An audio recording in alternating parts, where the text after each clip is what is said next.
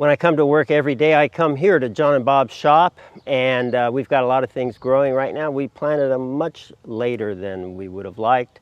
I'm going to give you all kinds of tips on how to grow them productively, how to make things bear, and how to keep things healthy, and look at what's going on here at our shop. So tune in. So our channel is unique because we're not only giving you exhaustive descriptions of landscape design and landscaping, we're also talking about growing real food and even incorporating the two. If you're interested in any of those, today's topic is more growing real food. Tune in, subscribe to our YouTube channel.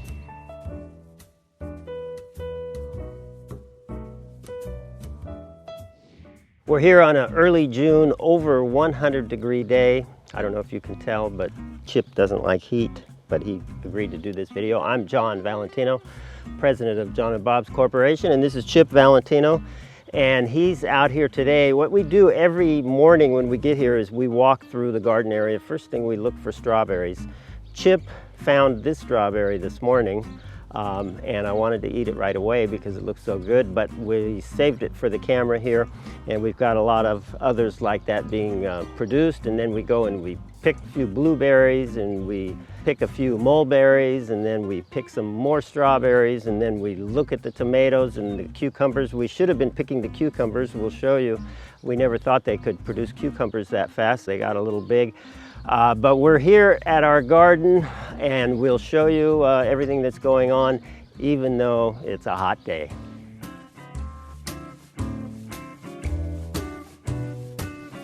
I've been playing around with blueberry plants the last couple of years, and I think I discovered something really important that could benefit all of us in our gardens. We planted blueberries here 2 years ago. And I'm going to compare one group that we planted to another group and draw some conclusions for that. If you look into blueberries and read about it in books or the internet, the point that's stressed over and over is the pH of the soil and that it needs to be very acid. A good way to do that is with granular soil sulfur. What I found out is something I think more important than worrying about trying to lower the pH. The pH is important for blueberries, but if you only focus on organic matter in the soil on blueberries, it makes a huge difference. You can see these plants we planted in the ground, and we did more traditional backfill, which is we used native soil, we used a good amount of our blend, and this soil here is very heavy, kind of clay-like, and the blueberries have done okay, but they haven't done great, and the plants themselves look so-so. And then with the same plants at the same day, we planted a couple in containers, and in the containers we used black gold potting mix, and so that's full of organic matter. And then we fed them exactly the same, used our blend and our nourish-biosol at the same time, so everything's the same plants on the same day, using the same watering practices, although a little different in a container than in the ground. In the ground, we've got drip irrigation. My conclusion is if you only focus on using lots of organic matter, and that can be many different things, a good quality compost or even peat moss or good bulk forest humus, and make a huge planting pit and make it full of organic matter, that even is more important than the acidity of the soil, and that you can still use a soil sulfur. Granular soil sulfur works good to lower the pH, but what I found is that the organic matter mitigates the need to focus so much on the pH of the soil, and that if all you do is have a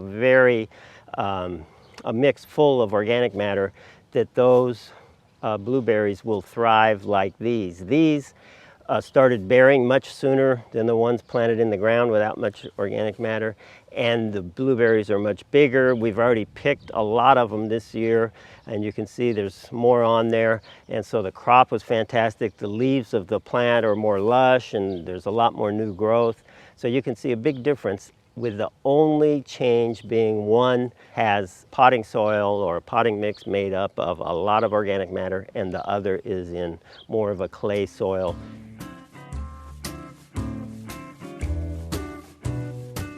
So we're standing in front of a beautifully named grape here, Gratitude, which sums up our attitude today for the whole plot of garden here that we're showing you. Gratitude is a green grape that ripens in late August. I've never tasted it before, but the description of it sounds fantastic.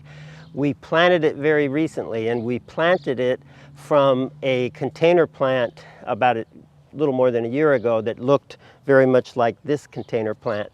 And usually, a lot of times grapes will take about going to the third year to bear a lot of grapes. We've got a huge crop on this. Grapes are growing everywhere, leaves everywhere, and you can see we're going to have a lot of Gratitude grapes. Nothing special was done other than, although it is special, the philosophy on the whole garden is lots of our blend. So we use that combination, that 1-2-3 combination of optimize, maximize, nourish-biosol, and really we don't do much else. Some here and there, if it looks like it needs it and I have some issues, I might use the penetrate liquid biotiller. And I did that in the first year we had this garden area. But for the most part, it's a very simple process. We try to use that and a lot of it, and then we try to water properly. And as I mentioned, we planted a little bit late this year, but this grape obviously isn't subject to any particular planting time. And now after a year and a half, it's got a full load of table grapes on it, and we used 4 or 5 different varieties, and we're looking forward to tasting the Gratitude grapes. So as I said, there's not a lot of maintenance here if you focus on the soil. And speaking of low maintenance fruit production, maybe the lowest maintenance that we have here is one of the most spectacular and unusual, and that's these giant mulberries. Some people call them Pakistan mulberries. So it's a special variety of the fruiting mulberry. The tree itself, you can see here, these are the trees we picked these off of. They're a little smaller than a normal mulberry tree. Normal mulberry tree is like 70 feet tall, 70 feet wide. These are a little smaller, still big trees. Not much maintenance, tough, hardy trees, grow like crazy and produce these big mulberries just prolifically. Very interesting and nutritious. If you look up the nutritive value of mulberries, it's top of the charts in terms of berries. And this one is easy to grow. You don't have to do anything but let the tree grow, cast its shade, make your house cool, and then in the spring pick these spectacular, huge, delicious mulberries.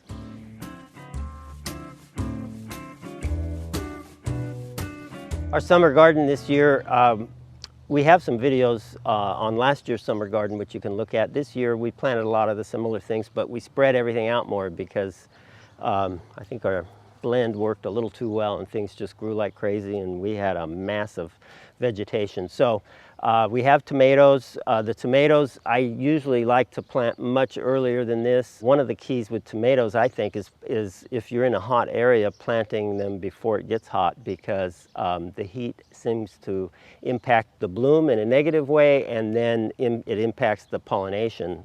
If you do have blooms, pollination isn't as good when it's hot. So here, where we are in Fresno, California, I like to plant them middle of March. This year we had too many things going on. We didn't plant them till past the middle of April, and so they're doing fine. They're growing like crazy, as you can see here, and we do have some tomatoes. I think we would have had more tomatoes at this time if we planted them a little earlier and avoided this heat that we're experiencing now. And we're just a little late on our staking, but we're going to start our staking. We got everything we need, and we're going to do much heavier staking than we did last year, where we had things falling over because of all the tomatoes. So in addition to tomatoes, we planted cucumbers, as I mentioned, and we thought we just planted them, so we haven't been looking at them, but you can see we got all kinds of cucumbers here. Some a little past their prime, but we'll pick them all and let them bear more. And then we have some jalapeno peppers, and we have Italian peppers. We have some basil that we just planted, quite a bit of cantaloupe, and it is really taking off, and we got blooms everywhere. Looks like we're going to have a lot of cantaloupe, which is great. And we've given it a lot more space this year. We also planted some watermelon, and we have a few watermelons already. They're on their way to ripening, which is usually about a 90-day period on these. So again, on the summer garden, we didn't do anything real special other than I would have preferred to plant a little earlier, but really the key to success, we think, is the soil. And so we used a heavy application of blend, just as when we planted everything else. The only thing it didn't work great on is the blueberries, and we covered why.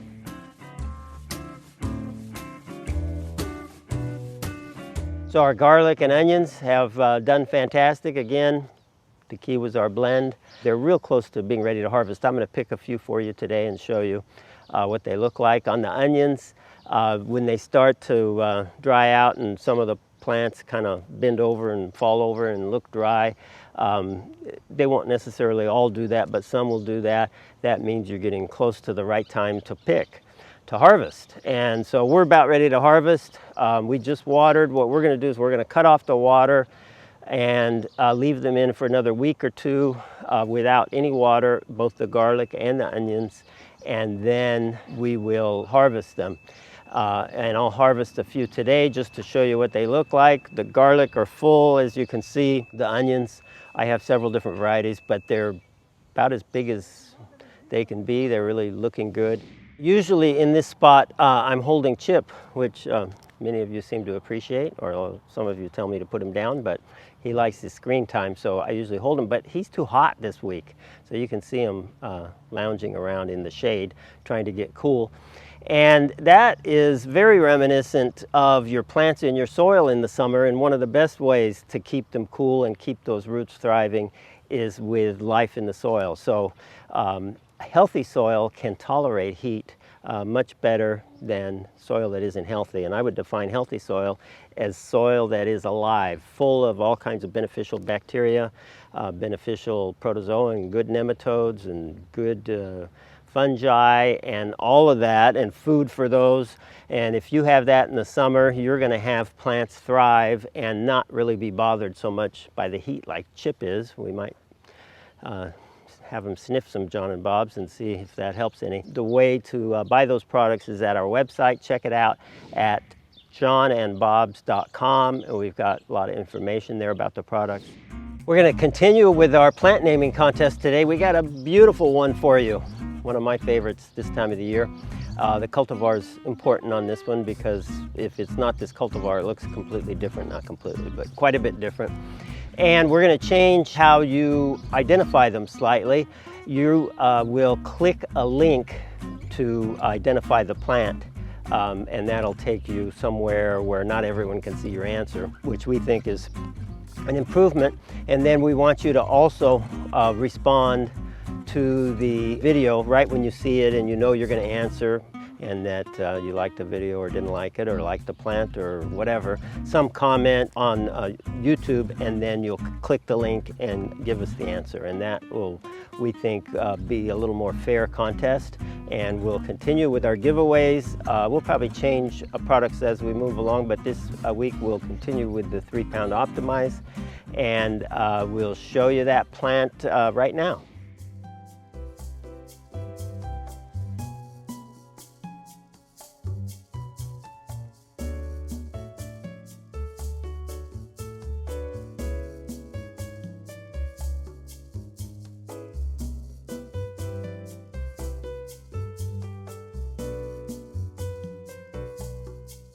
You can check out a video that's very much related to this one, where we taught you how to grow vegetables in heavy clay soil. Seems to be a curse of many people across the United States, probably the world, is we get a lot of response when we talk about clay soil. And there is a specific way to combat that for your vegetable garden.